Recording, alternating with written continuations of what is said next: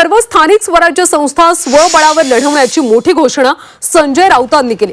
नागपूरसह ठाणे, मुंबई महापालिका स्वबळावर लढणार, झेडपी आणि नगरपंचायत सुद्धा स्वबळावर लढणार असल्याचं राऊतांनी म्हटलंय। मुंबईसह नागपूरपर्यंत आम्ही स्वबळावर लढणार आहोत।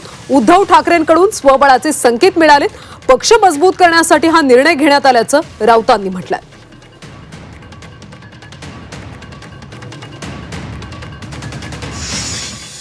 मुंबईसह नागपूर पर्यंत मी सांगेन आम्ही स्वबळावर लढू, काय होईल ते होईल, एकदा आम्हाला आजमावायचंच आहे। नागपूरला सुद्धा मी स्वबळावर लढणार आहोत। माननीय उद्धवजीने आम्हाला तसे संकेत दिले। आघाडीमध्ये मग लोकसभा विधानसभेमध्ये कार्यकर्त्यांना लढण्याची संधी मिळत नाही आणि त्याचा फटका पक्षाच्या वाढीला बसतो। महानगरपालिका, जिल्हा परिषद आणि नगरपंचायतीमध्ये स्वबळावर लढून आपापले पक्ष मजबूत करावे।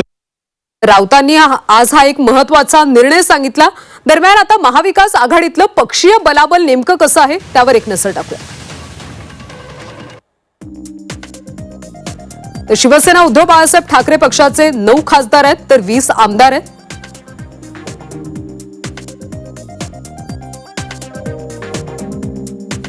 तर काँग्रेसचे एकूण 13 खासदार असून 16 आमदार आहेत। कोणाची किती ताकद आहे सध्या आपण पाहतोय। राष्ट्रवादी शरद पवार पक्षाचे 8 खासदार तर 10 आमदार आहेत।